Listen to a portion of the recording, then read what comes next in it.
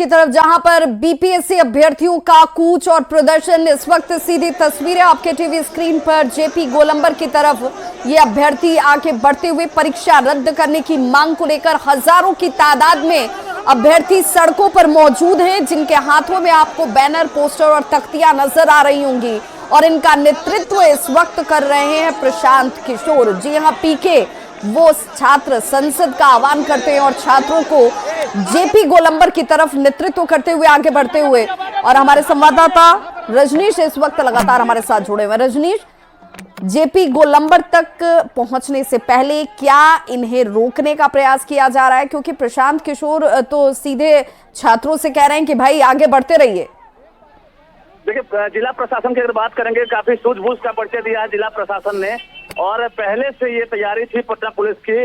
वरीय लगातार कर रहे थे। और बता दें, जेपी गोलंबर तक जैसे ही हजारों की संख्या में प्रशांत किशोर के साथ अभ्यर्थी पहुंचे, तो जेपी गोलंबर से गांधी मैदान की तरफ फिर से डाइवर्ट कर दिया गया उन्हें समझाकर। यानी प्रतिबंधित एरिया है और जेपी गोलंबर से आगे बढ़ने नहीं दिया गया है। यानी डाकबंगला चौराहा की तरफ अगर अभ्यर्थी बढ़ना चाह रहे थे, उन्हें समझाकर उन्हें फिर से राम गुलाम चौक के रास्ते उन्हें दूसरी छोर की तरफ आगे बढ़ने की बिल्कुल। तो अब ये छात्र एक बार फिर से गांधी मैदान की तरफ आगे बढ़ चुके हैं। हमारे साथ रजनीश बने रहिए। इस वक्त शक्ति यादव जी जुड़ चुके हैं, आरजेडी प्रवक्ता। शक्ति जी, बहुत स्वागत है आपका।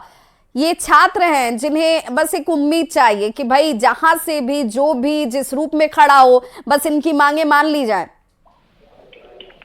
देखिए, अभ्यर्थियों की मांग स्वाभाविक है। जिस तरह से परीक्षा में धांधली की शिकायतें आई और बीपीएससी ने भी स्वीकार किया, तब तो एक परीक्षा केंद्र रद्द, तो परीक्षा केंद्र रद्द कर दिए गए, तो स्वाभाविक तौर पर दूसरे परीक्षा केंद्रों को अगर रद्द नहीं करेंगे तो एक तरह से नॉर्मलाइजेशन ही है ना। तो इन परिस्थितियों में दूसरा कोई रास्ता नहीं। यह कोई कैसे डिसाइड करता है कि अब जो है, जो परीक्षा आप लेंगे उस परीक्षा में वो क्वेश्चन उस टाइप का रहेगा या स्टैंडर्ड उससे ज्यादा रहेगा। फिर एक सवाल खड़ा होगा। जब फिर एक सवाल खड़ा होगा तो स्वाभाविक तौर पर इनकी मांगों को गंभीरता से लेने की आवश्यकता है। ठीक। और इनकी मांगों को गंभीरता से जब तक आप नहीं लेंगे तो स्वाभाविक तौर पर आपके जो विद्यार्थी हैं, अभ्यर्थी हैं, उनको मन में शक्ति जी, लेकिन शक्ति जी, मैं आपसे समझना भी चाहती हूँ और जानना भी चाहती हूँ। ठीक, जो केंद्र बनाए गए थे, जहां से कमी या खामी या लापरवाही या जिस तरीके की गलती दिखी, वहां उस केंद्र पर फुटेज भी आया, आपने भी देखा होगा, हमने भी देखा। वहां पर सवाल उठे, उस परीक्षा केंद्र से परीक्षा को रद्द कर दिया जाता है। बाकी तमाम जगहों पर परीक्षार्थी बड़े आराम से परीक्षा देते हुए भी दिखे। किसी ने ये नहीं कहा कि भाई यहाँ पर किसी तरह की कोई गलती थी। तो क्या उन छात्रों के लिए परेशानी नहीं होगी जिन्होंने दूर दराज से आकर परीक्षा दिया, सब कुछ अच्छे से हुआ? ये देखिए, सवाल बोले कि जिन लोगों ने परीक्षा दे दिया, अब एक संशय की स्थिति, एक स्पॉट तो कायम हो ही गया है ना, कि जब इन परीक्षा केंद्रों पर इस तरह की बातें खुल करके आई ही, सिर्फ तो एक, क्या वो परीक्षा केंद्र सिर्फ एक परीक्षा केंद्र, मैं वही बात कर रहा हूँ, एक परीक्षा केंद्र पर अगर इन तरह की शिकायतें मिली है, तो अन्य परीक्षा केंद्रों पर क्या शासन ने कोई साजिशन परीक्षा ली है? यह कई तरह के इनके सवाल हैं। क्योंकि हम लोग जब मिल रहे हैं, लोगों से मिलते हैं यहाँ करके, उनकी शिकायत यही है। और दूसरी बात, आयोग ने कहा कि हम परीक्षा लेंगे, हम अलग से परीक्षा की तिथि निकाल लिया। अब सवाल है कि क्वेश्चन जो ऑलरेडी इस परीक्षा में आया है, वो आने वाला क्वेश्चन इस टाइप का क्वेश्चन दोगे या क्वेश्चन कुछ अलग होगा? तो फिर एक तरह से नॉर्मलाइजेशन खुल करके सामने आएगा। तो चलिए, माध्यम तो शक्ति जी, सरकार ने भी एक प्रक्रिया है जिसको फॉलो किया जाता है। सचिव से बातचीत करने का रास्ता खोला। बीपीएससी ने कहा कि भाई सचिव से बात कीजिए और उसके बाद फिर आगे वार्ता चल सकती है। लेकिन छात्र भी अड़े हुए हैं कि मुख्यमंत्री से नीचे किसी से बात ही नहीं करनी है। नीरज जी भी हमारे साथ जुड़ गए हैं। शक्ति जी, नीरज जी भी जुड़े हुए हैं हमारे साथ, जेडीयू के प्रवक्ता। नीरज जी, बहुत स्वागत है आपका। आप शक्ति जी को भी सुन रहे होंगे और इन अभ्यर्थियों को देख भी रहे होंगे और लगातार इनके विरोध और प्रदर्शन में जो आवाज उठ रही है उसे भी आप सुन रहे होंगे। आखिर रास्ता कैसे निकले? इन अभ्यर्थियों को समझाने का दायित्व भी तो सरकार का है, आप सबका है। बहुत सामान्य सी बात है कि परीक्षा में अगर ये अनियमितता हुई है तो आर्थिक अपराध इकाई ने व्हाट्सएप नंबर जारी किया, ईमेल आईडी जारी किया। ठीक, तो ठीक है, अभ्यर्थी नहीं देंगे। नेताजी तो सर्वग्राही होते हैं, उनको तो सब कुछ की जानकारी रहता है। पृथ्वी के हर घटना पर राजनीतिक दल को प्रतिक्रिया देना होता है। तो अपने लेटर हेड पर लिख करके दे आवे कि 70वीं परीक्षा में ये गड़बड़ी हुई है। एक भी एविडेंस दीजिएगा ना भाई, जांच होगी ना उसकी। Shakti ji allegation just second, allegation already establish इसलिए हो जाता है कि जिस परीक्षा केंद्र को आपने रद्द किया और वहां पर अभ्यर्थियों ने सारे मीडिया चैनल पर उस प्रश्न पत्र को दिखाया जो फटा हुआ था, तो एक सवाल तो सामने बनता है। सवाल विपक्ष का नहीं है सिर्फ, ये सवाल उन अभ्यर्थियों का है जिन अभ्यर्थियों ने इन मांगों को मजबूती के साथ रखा है शासन के सामने। और शासन को इस बात को सुनने की बजाय, इतना दिनों से 10-11 दिन हो गए, तो सुनने की बजाय आपने बर्बरतापूर्ण कार्रवाई की। यह लोकतांत्रिक पद्धति में लोकतांत्रिक तरीका भी नहीं है। डेमोक्रेसी के अंदर में हर कोई को बात रखने का अधिकार है और किसी को कानून अपने हाथ लेने का भी अधिकार नहीं है। लेकिन सवाल तो साफ उठता है ना कि आज परीक्षा रद्द कर दिया आपने, और जिन परीक्षा को आप रद्द ना करने के जिद पर अड़े हुए आयोग, इन परिस्थितियों में एक नॉर्मलाइजेशन फिर खुल करके सामने आएगा, जो एक बड़ा सवाल सामने खड़ा होगा। नीरज जी, ये जिद है या ये बच्चों, ये जिद पे क्या बीपीएससी अड़ा हुआ है, या फिर इनकी बात अगर जायज है, अगर ये फैक्ट्स देंगे, साक्ष्य देंगे, तो फिर उन पर सुनवाई भी होगी? बिल्कुल तुरंत। लेकिन हम यह भी कहना, बिल्कुल सुनवाई होगी। हम लिख कह रहे हैं कि अभी सुप्रीम कोर्ट ने क्या कहा है नीट के मामले में, पूरे देश का परीक्षा रद्द हो गया और यहाँ तो क्वेश्चन पेपर लीक भी नहीं हुआ। अरे परेशानी का सब आप मुझे हम इस जगह पे नहीं जाना चाह रहे थे, लेकिन मैं अब जाना चाहता हूँ। नीट के मामले में जिस तरह से जिन लोगों की कई कवरेज और कई तरह का उसको साजिशन बचाने की साजिश, चाहे वो हरियाणा का मामला हो, गुजरात का मामला हो या बिहार का मामला हो, नीट के मामले में पूरे बाजार में 15 दिन पहले ये सवाल उठ चुकी थी कि नीट के प्रश्न पत्र पहले ही पीपुल डोमेन में आ चुकी है, यानी लोगों के पास है, जो लीक हो जाएगा। अब बताइए कि नीट के मामले में एक नहीं अनेक सवाल होने के बावजूद भी, क्योंकि उसमें कई रसूखदार लोग, मिनिस्ट्री तक के जो, लेकिन शक्ति जी आप तो सुप्रीम कोर्ट के वर्डिक्ट पर सवाल खड़े कर रहे हैं। सुप्रीम कोर्ट का ये फैसला था, सुप्रीम कोर्ट ने जो फैसला दिया वही सर्वमान्य था। नहीं, वो नहीं बात है। बात आपको एक बात माननी पड़ेगी कि नीट के मामले में पूरे तरह से सरकार ने एक तरह से भ्रष्टाचार को दाब दिया। कई सवाल खड़े होता है कि फल्ला बीपीएससी के चेयरमैन जेल गए, तो ये सरकार का यूएसपी है, जो अपराध करेगा जेल जाएगा। लेकिन जब आप होने के बावजूद भी अगर वहाँ का आयोग का चेयरमैन जेल नहीं जाता है तो यूएसपी नहीं है। इट मीन्स कि गवर्नमेंट इसको ऑलरेडी प्रोटेक्ट कर रही है। और जब अभ्यर्थी जिन मांगों को लेकर के अड़े हैं, या तो आप उनको संतुष्ट करिए, सरकार वार्ता करे। बिल्कुल नीरज जी, ये जिम्मेदारी भी तो आप ही की है। ये आप अभ्यर्थियों के लिए जायज रास्ता क्या हो, कैसे उन्हें कन्विंस किया जा सके, उन्हें बताया जा सके, इसके लिए कोशिश होनी चाहिए ना।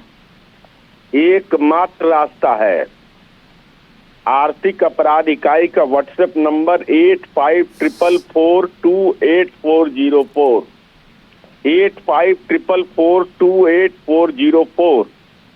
ईमेल आईडी है cybercell.bih.nic.in। ठीक, इस पर अपनी शिकायत दर्ज करिए। नीरज जी, तो क्या ये प्रशांत किशोर को नहीं पता है कि अब आर्थिक अपराध इकाई की जो व्हाट्सएप नंबर है, इस पर साक्ष्य दे दीजिए और फिर सुनवाई हो जाएगी? क्या ये खान सर को नहीं पता है? क्या ये तेजस्वी यादव को नहीं पता है? बुला के पूछा गया ना, शिक्षक को भी पूछा गया, जो कोचिंग चलाने वाले लोग हैं, कि भाई आपके पास साक्ष्य तो दीजिए। हमारी जानकारी में कोई साक्ष्य नहीं दिया इन लोगों ने। अगर एविडेंस मेरे पास है और बच्चों का हित के चिंतक है, भाई मुकदमा हो जाएगा तो बेलर तो बनिएगा नहीं, कोई उनका बेल तो कराइएगा नहीं, उसका तो जिंदगी बर्बाद हो जाएगा। गुनाहगार तो आप माने जाएंगे ना। आप रात में भी नहीं उनके साथ रहिएगा, आंदोलन में भी उनके साथ भाषण दीजिएगा, हिट एंड रन हो जाइएगा। हम कह रहे हैं कि एविडेंस अगर है तो कल हाईकोर्ट ही जाइएगा। मान लीजिए उदाहरण के तौर पर अभ्यर्थी जाएंगे, तब पूछेगा ना हाईकोर्ट या सुप्रीम कोर्ट कि आप प्रॉपर फोरम में गए थे, आपने बीपीएससी को आपत्ति लिखा, या बीपीएससी ने कोई आपको मशीनरी बताया तो वहां आपने आपत्ति दी? कोई आपत्ति नहीं दिया गया है। कहीं कोई दे नहीं रहा है और उसका परीक्षा कैंसिल कर दो। एक सवाल बड़ा ही रोचक भी है इसमें कि सवाल बिहार के अंदर में चाहे 10th का हो 12th का हो, लगातार परीक्षा के प्रश्न पत्र लीक होते हैं। यूपीएससी के परीक्षा पत्र लीक हो रहे हैं जहां पर अधिकारी चुने जाएंगे परीक्षा के माध्यम से। एक प्रश्न पत्र लीक हुआ जब ऑलरेडी जब दिखा रहा है और जब मान नहीं रही है, और जो लोग मिलने जा रहे हैं अगर अभ्यर्थियों की आप बीती को अगर माने, उनके द्वारा प्रस्तुत कथनों को अगर सच माना जाए तो बुला करके धमकी दी जा रही है। तो जो लोग एविडेंस की बात कर रहे हैं तो एविडेंस तो ऑलरेडी पीपुल डोमेन में है, जो आप मीडिया चैनलों ने उन फटे हुए प्रश्न पत्र को दिखाया है। कलेक्टर साहब बोल रहे हैं और कलेक्टर साहब के पीछे जो दिख रहा है वो फटे हुए प्रश्न पत्र हैं। आपने ही एडमिट किया कि प्रश्न पत्र यहाँ पहुंचने में लेट हुआ। Who are responsible? अगर बीपीएससी रिस्पॉन्सिबिलिटी अगर नहीं लेगी और अपने पापों को झांकने के लिए कानून का सहारा लेगी, एविडेंस का सहारा लेगी, तो एक ही एविडेंस काफी है ना कि ये प्रश्न पत्र लीक हुए। जहां पर हंगामे नहीं हुए वहां पर फ्रॉड है। ये हम समझ नहीं पा रहे हैं। प्रश्न पत्र लीक हुआ कितना बजे हुआ? परीक्षा कितना बजे से आयोजित था? अब तो मुझे कभी प्लान्ड वे में इसको करवाया जा रहा है। आप देखिए शुरू में क्या कहा गया, डेट बढ़ाइए। हमें लगता है डेट बढ़ाइए भाई। एक सर्वर डाउन था तो 1,40,000 4 दिन में बच्चे कैसे नए आवेदन दाखिल किए। फिर नॉर्मलाइजेशन की बात कही गई, कहाँ नॉर्मलाइजेशन लागू है? देश के 15 राज्यों में नॉर्मलाइजेशन लागू है। नॉर्मलाइजेशन कहा गया कि नॉर्मलाइजेशन लागू है, कहाँ नॉर्मलाइजेशन लागू क्यों था? Just second.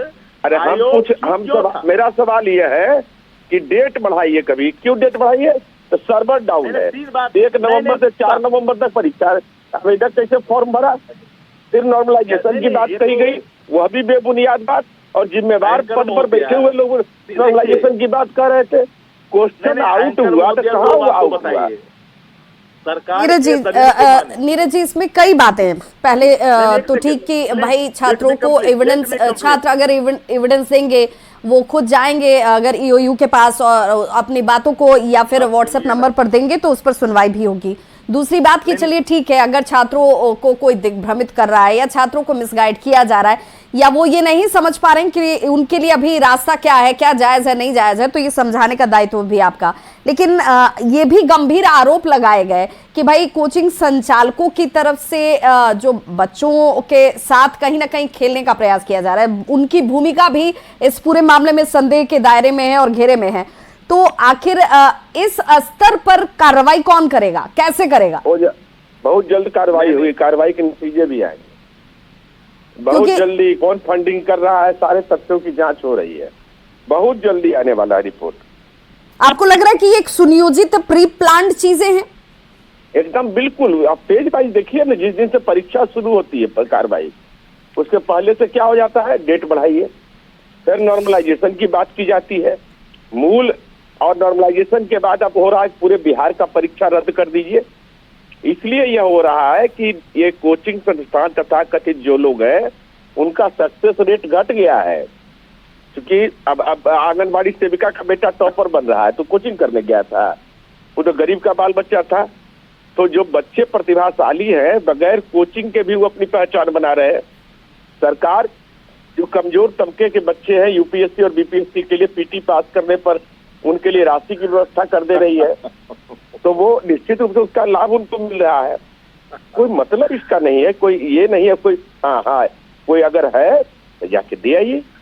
शक्ति यादव जी, सिर्फ संदेह के आधार पर या शंका के आधार पर या कुछ छात्रों के कहने के या दिखाने के आधार पर आपको ऐसा क्यों लगता है कि पूरे बिहार में जहां जहां परीक्षा हुई, जहां से अभ्यर्थियों ने कोई आवाज नहीं उठाई, मीडिया कर्मियों ने वहां की तस्वीरें भी दिखाई थी, वहां से किसी तरह की कोई गलत खामी नजर नहीं आई, फिर वहां पर उन अभ्यर्थियों के साथ ये गलत नहीं हो जाएगा क्या? देखिए लीक एक ऐसा सवाल है कि पूरे चेन में कहीं कोई एक लीक होता है तो पूरी चेन लीक दिखाई, खोजना सरकार का दायित्व नंबर 1। नंबर 2, आपने कहा कि आयोग को पहले ही से कहा जा रहा था कि नॉर्मलाइजेशन परीक्षा, सर्वर अगर डाउन हुआ तो ये रिस्पॉन्सिबिलिटी किसकी थी? अगर सर्वर डाउन है, अभ्यर्थियों की मांग थी कि सर्वर आपका डाउन रहा, तो इसलिए जिम्मेदारी किसकी है भाई? आयोग की है। इस गलतियों को कौन सुधारेगा? आयोग सुधारेगा। आपके एक परीक्षा केंद्र पर अगर कहीं से लीक हो गया, बाकी जगहों पर आपने लीक होने से रोक लिया, और जो लोग साजिशन जो नीट जैसा व्यवहार करके अपने अपने काम को निकलवा लिया, तो एक सवाल तो इन अभ्यर्थियों के मन में है ना, एक तरह का नॉर्मलाइजेशन फिर एक सामने खुलकर क्या आ जाएगा कि आप जो प्रश्न फिर आप जो उन लोग को देंगे, सामने परोसेंगे, वो प्रश्न पत्र इस प्रश्न पत्र से भिन्न होगा, या कड़े होंगे या कम होंगे, तो ही सवाल हो सकते हैं। तो कड़े होंगे तो फिर एक नॉर्मलाइजेशन आएंगे सामने, अगर सेम होगा तो फिर मामला आएगा दूसरा। तो सवाल वो नहीं है। सवाल यहाँ पर बैकफुट पर सरकार इसलिए साफ साफ दिख रही है, सरकार ने शुरुआती दौर में आयोग ने इस बात को माना ही नहीं, आपको पहले ही जस्टिफाई करनी चाहिए थी। 4 दिन के बाद आयोग की नींद टूटी जब ये सवाल विपक्ष ने पूछा। आप अगर कहते कोई नॉर्मलाइजेशन नहीं है, कोई सर्वर डाउन नहीं हुआ है, तो ये बात पहले कहनी चाहिए थी। आपने तो स्वीकार किया कि सर्वर डाउन है। तो नॉर्मलाइजेशन का मामला जब उसमें सामने खुल करके आया और फिर एक नॉर्मलाइजेशन को आप आमंत्रित कर रहे हैं, सवाल यहाँ है। इन सवालों को लोग समझ नहीं रहे हैं। तब सवाल लीक को लेकर के, सवाल लीक के प्रश्न पत्रों को जिन लोगों ने दिखाया, आप उनसे पूछिए कि वो ऑलरेडी पीपुल डोमेन में मीडिया के माध्यम से वीडियो के साफ दिख रहा है कि फटे हुए प्रश्न पत्र है, या फटे हुए प्रश्न पत्र है या लीक प्रश्न पत्र है, क्यों कर ये सामने खुल करके आया। तब तो थप्पड़ बरसाई गई शासन की तरफ से। हमारा सवाल साफ है। नीरज जी, बिल्कुल शक्ति जी, नीरज जी, मैं ये जानना चाह रही हूँ कि अब ये अभ्यर्थी चूंकि नीतीश कुमार से बातचीत करना चाहते हैं, मुख्यमंत्री से इंटरवेन चाहते हैं कि भाई वो इसमें हस्तक्षेप करें, क्या ये विकल्प दिखता है? क्या ये संभव है? नहीं, पहला सवाल यह है कि सर्वर अगर डाउन हो गया तो 4 दिन में पॉलिटिकल सर्वर से फॉर्म भर दिया। 1,40,000 या 30,000 छात्रों ने फॉर्म भरा। 4 लाख समथिंग छात्र परीक्षार्थी हैं। 1 नवंबर से 4 नवंबर के बीच 1,40,000 लगभग छात्रों ने फॉर्म भरा है। तो सर्वर डाउन था तो फॉर्म कैसे भर दिया? अब इसकी तिथि बढ़ाने की बात क्यों की गई? इसलिए कि यूपीएससी जैसे एक कैलेंडर लागू किया, वैसे बीपीएससी ने कैलेंडर लागू किया। मेरे प्रश्नों क्या इसलिए क्या इसलिए सबसे ज्यादा वैकेंसी इस बार निकला है? चलिए अब आगे बढ़िए। अब दूसरा है, प्रश्नों को नहीं समझ पाए कि हमने कहा कि अंतिम जो तिथियां निर्धारित की गई थी, उन तिथियों में अगर सर्वर डाउन के मामले आ गए, तो ये बात सर्वविदित है। Every person are fully aware, not only I मैंने कमीशन इज फुल्ली अवेयर कि ऑलरेडी ये सर्वर डाउन था। अगर सर्वर डाउन था तो 1 नवंबर से 4 नवंबर तक ऑनलाइन जाकर के हाथ से कागज जमा किया। सवाल है, हमने 15 दिन का समय किसी को दिया, 4 दिन का समय दिया। 4 दिन पहले अगर 3 दिन का सर्वर डाउन होगा तो रिस्पॉन्सिबिलिटी किसको लेनी पड़ेगी? अब हमको बोलने दीजिए, हमको बोलने दीजिए। रिस्पॉन्सिबिलिटी को लेनी पड़ेगी ना। हमको बोलने दीजिए। कर रही है कमीशन, अगर बोलने नहीं दीजिएगा तो कोई मतलब नहीं है जोड़ने का। नहीं, हम कहाँ रोक? नहीं, शक्ति जी, आपने सवाल खड़े किए हैं तो जवाब भी सुनिए। आपने कहा कि भाई सर्वर डाउन था, जिम्मेदारी कौन लेगा? नीरज जी, पूरी बात समझिए। सर्वर डाउन, पहले तो कहा गया कि सर्वर डाउन है, तो 1 नवंबर से 4 नवंबर वही टाइम है जब बीपीएससी ने परीक्षा अनाउंस, फॉर्म भरने का अनाउंस किया। 1,30,000 40,000 बच्चों ने अगर फॉर्म भरा, सर्वर डाउन रहने के बावजूद भर दिया। 4 लाख समथिंग छात्र टोटल है। चलिए सेकंड 13 से 14,000 ऐसे बच्चों ने फॉर्म भरा जिन्होंने उसके लिए तयशुदा फी नहीं जमा किया, तो उनका रिजेक्ट होना था। तो 4 लाख समथिंग स्टूडेंट हो गए। तो हम यह कह रहे हैं कि अगर सर्वर डाउन था तो 1,40,000 कैसे भर दिया?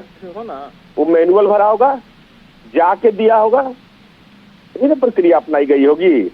अगर सर्वर डाउन है तो वो तो भर नहीं सकता था फॉर्म, अगर ये सही बीपीएससी ने कहा है तब। और उसके बाद अभ्यर्थी भी चुप हो गए, सर्वर डाउन की बात खत्म आई। उसके बाद आया नॉर्मलाइजेशन की बात, फिर बीपीएससी ने क्लैरिफिकेशन किया, नॉर्मलाइजेशन की बात कहाँ से आ गई? तब तक हंगामा की शुरुआत हो चुकी। देखिए, एकदम जिस दिन से परीक्षा की बात शुरू हुई है, चलिए बिल्कुल, उसी जिस दिन समय से ये परीक्षा पूरा की मामला बात शुरू चल हुई रहा उस है। दिन से कई तरह के सवाल उठे। पहले इस तिथि को लेकर, नॉर्मलाइजेशन को लेकर, फिर उसके बाद पेपर लीक का सवाल उठा, और अब जब छात्र सड़कों पर हैं नीरज जी, तो इन छात्रों को अभिभावक के तौर पर सरकार को भी देखना होगा, पार्टियों को भी देखना होगा, और इन्हें एक सही मार्गदर्शन की जरूरत है। आखिर क्या जायज है, क्या हो सकता है और क्या नहीं हो सकता है, ये बताने की जिम्मेदारी भी आप सबकी है, और राजनीतिक दल के लिहाज से नहीं, अभिभावक के लिहाज से, बिहार के छात्रों के भविष्य के लिहाज से सोचने और समझने की जरूरत है। बातचीत क्या नीतीश कुमार से संभव दिखती है नीरज जी, आपसे मैं जानना चाहती हूँ। जिला प्रशासन जो जानकारी मीडिया से मिला, कल गया था इनके पास और इन लोगों से अनुरोध किया था 5 या 6 लोगों को जाकर के अपनी बात कहने के लिए। आप बीपीएससी एक स्वतंत्र निकाय है, जाकर के अपनी बात कहिए।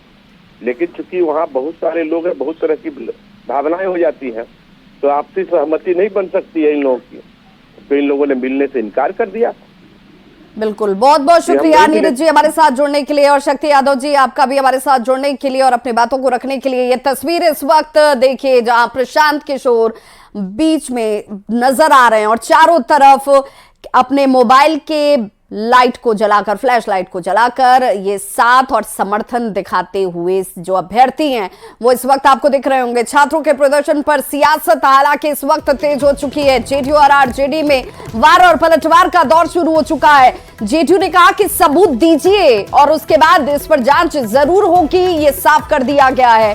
शासन ने छात्रों के साथ बर्बरता की, आरजेडी ये आरोप लगा रही है कि छात्रों की बात सुनी नहीं जा रही है। अगर कुछ छात्रों को ही कुछ सेंटर से ही अगर आपत्ति है तब भी उनकी बात सुनी जानी चाहिए। नीट के मामले में सुप्रीम कोर्ट का आदेश देखिए, जेडीयू ने कहा और आरजेडी ये कह रही है कि क्या हो चुका है उससे समझने की जरूरत है। नीट और बीपीएससी का मामला अलग अलग। तो इस बड़े खबर पर लगातार हमारी नजर बनी हुई है। फिलहाल एक छोटा सा अंतराल, फौरन होंगे वापस।